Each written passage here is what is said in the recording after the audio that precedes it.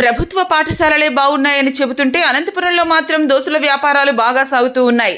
ఎక్కడైనా హోటళ్లు, చిరుంగళ్ళు, పాఠశాలలు గేటు బయట ఉంటాయి. కానీ ఆ ప్రభుత్వ ఉన్నత పాఠశాలలో మాత్రం తరగతి గదుల మధ్యలో హోటళ్లు నిర్వహిస్తూ ఉన్నారు. అనంతపురం జిల్లా కేంద్రంలో పాత ఊరులో కూరగాయల మార్కెట్ పక్కన ప్రభుత్వ పాఠశాల నంబర్ 2లో ఈ తతంగం అంతా సాగుతోంది. పాఠశాలలో డొక్కా సీతమ్మ మధ్యాహ్న భోజన పథకం అమలవుతుంది. ఇస్కాన్ ద్వారా భోజనం ద్వారా సరఫరా చేస్తూ ఉన్నారు. అయితే మధ్యాహ్న భోజనం వర్కర్లు పాఠశాలలోని తరగతి గదుల మధ్యలో దోశల హోటల్ నిర్వహిస్తూ ఉన్నారు.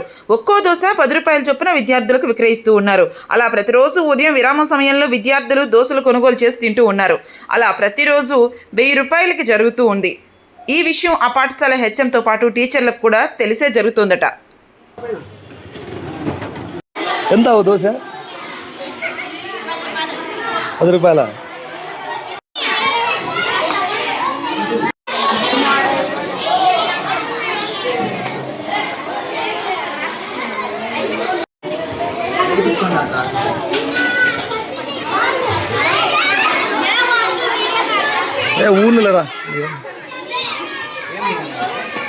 ఊర్లేరా పిల్లలు చేద్దాం యూట్యూబర్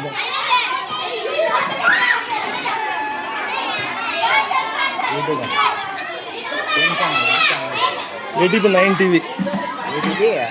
టీవీ ఎంత రావు దోశ? ఎంత 10 రూపాయల? ఎంతరా?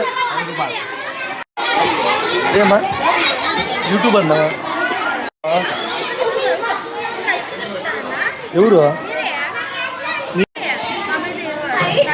మీకు దాని యూట్యూబర్ లేరా?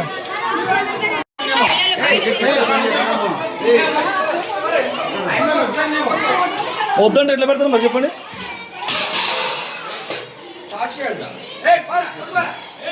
నా మీద ఇంత అరుస్తారా? దాని మీద ఉంటే పర్మిషన్ ఉంటుందా మీకు? వితౌట్